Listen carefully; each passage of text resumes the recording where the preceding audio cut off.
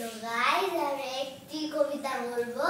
কবিতার নাম আদিকার শিশু, কবির নাম সুফিয়া কামাল। আমাদের যুগে আমরা যখন খেলেছি পুতুল খেলা, তোমরা এই যুগে সেই বয়সে লেখাপড়া করো না। আমরা যখন আকাশের তলে হয়েছি শুধু গুলি, তোমরা এখন কলের জাহাজ চালাও জুড়ি।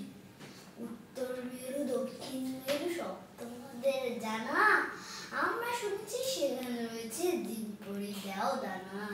পাতালপুরীর অজানা কাহিনী তোমরা শোনাও সবে, মেউতে মেউতে জানা পরিচয় কেমন করিয়া হবে।